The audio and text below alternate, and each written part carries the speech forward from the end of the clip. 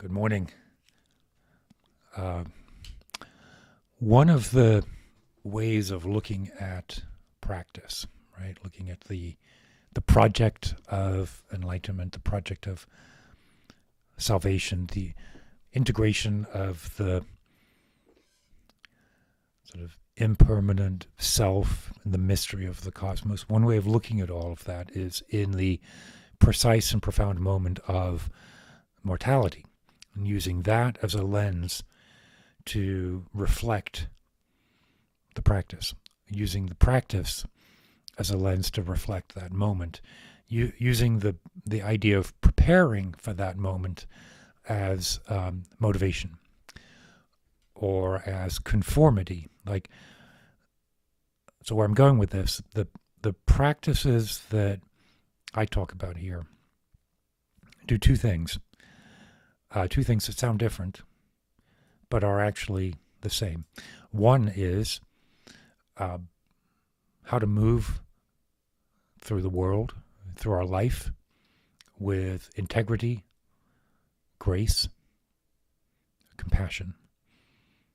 How to provide for ourselves, for our loved ones, a life that is worth living, a virtuous life, a life that is equal to the miracle of the fact that we are here. Right? So that's pretty grand language for what ultimately boils down to sitting on a cushion and paying attention to my breath. But the ability to clearly see the causes of anxiety, the causes of suffering, the causes of, or the attachment to phenomena that cause those, that is a precise and profound purpose for the practice. At the same time, the same practice is to prepare for our own death, which is guaranteed. You all know that. I don't have to say that. We're all in due course looking at the end of metabolism. Okay, but that's careful language to describe it, because my intuition, and it is just an intuition, right? Nobody knows. Let me rephrase that. I don't know. But my intuition is that the moment of death is a veil that's lifted, rather than the end of something. Now, you may not share that intuition. You may think that I sound balmy and bonkers when I say that I'm wishfully thinking. And there's a couple of things I would say to that. I'm not making any statements about what I think that veil reveals. I'm not making any statements about what an afterlife might look like, or even if the words after and life make any sense or mean anything, when the definition of life in the present is directly informed by Buddhist notions of impermanence. Well, why don't I just say, I wasn't going to, but let me think, how would I describe what I expect the veil is hiding? I expect it's hiding a sort of vast, simultaneous glory that is beyond our incarnated understanding. And I think that is probably true for both the Christian concept of glory and heaven, and also the Buddhist articulation of what it is to be free from entanglements. But I don't know if it matters if they are the same. I don't think of them as the same. I think of Buddhist practice as preparation, clarity. The Buddha doesn't speak about metaphysics. The Buddha doesn't speak about divine or or even really about reincarnation. Reincarnation is assumed, but not necessary for the practice. So that's a brief tangent. A veil lifts, and my intuition on that is strong. Right? Again, my experience as an embodied creature maintained by metabolism is that there's an experience that is aware of being, and that experience is not bound to the material. It can't be, right? Because I can imagine things that are not located in my body. I just find that an enormously compelling reason to assume that. Look, I'm going to go back to the Lights On, Annika Harris's book that I'm working through. I mentioned it yesterday when so I'm on chapter 1 now. I just made it through the introduction yesterday. Yesterday I mentioned the binding principles, where the inputs of our senses, the information that's coming is arriving at different speeds, right? Light travels differently from sound, which travels differently from touch. And then it takes different amount of time for our eyeballs to send information to our brain than it does for my fingertips and for my ears. And yet I hear that as a simultaneity. So we are residing in the past, right? That's kind of it's counterintuitive, but it's not controversial from a neuropsychological, neurophysiologic perspective. Well, so today in the chapter, she's trying to come up with a metaphor for consciousness that places consciousness as foundational, which is really the goal or the discussion in the book, is to talk about, is consciousness foundational or is it emergent?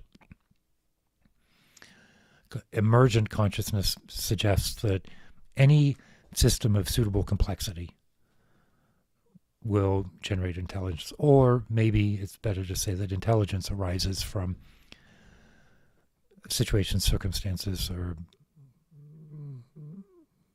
beings, creations that are sufficiently complex, and that our task is to figure out what that sufficient complexity is.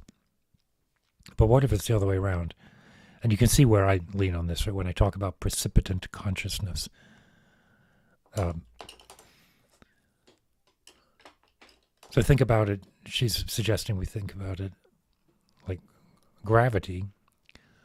Gravity shapes space-time. So space is a great analogy for consciousness. It's broad, it's open, it's unadorned, and everything manifests within it. Everything manifests within space-time.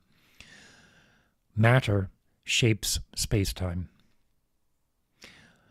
If consciousness is equally foundational, then we as metabolic creatures, the matter separates consciousness, but consciousness itself is all-pervasive.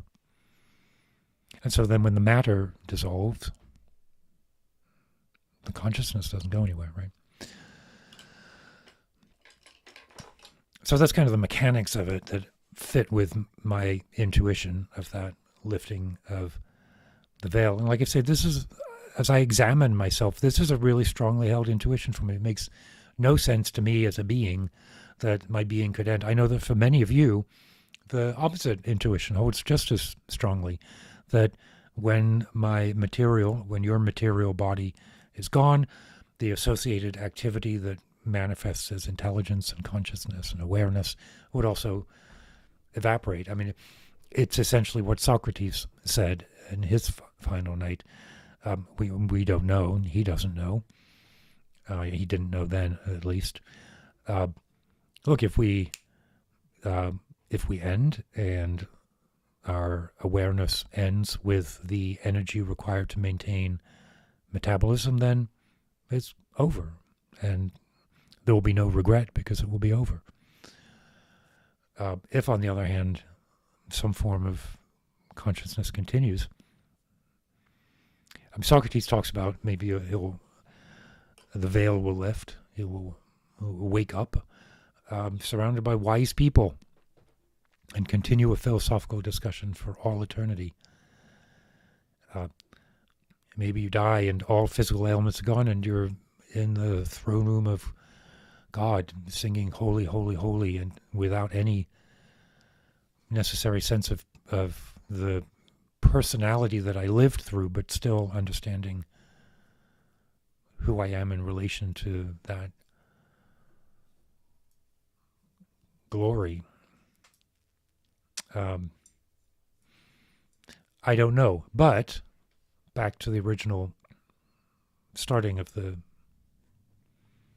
video, the practice, the thing that's consistent in both living the good life, living the virtuous life, which is an end in itself, right? Or being prepared for the veil lifting. The consistent element there is clarity, right? Understanding what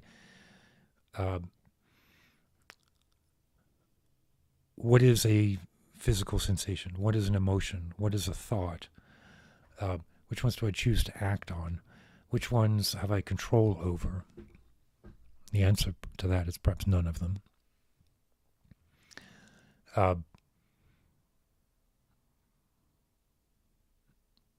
Prepare for the veil to be lifted so that we can clearly see what happens next.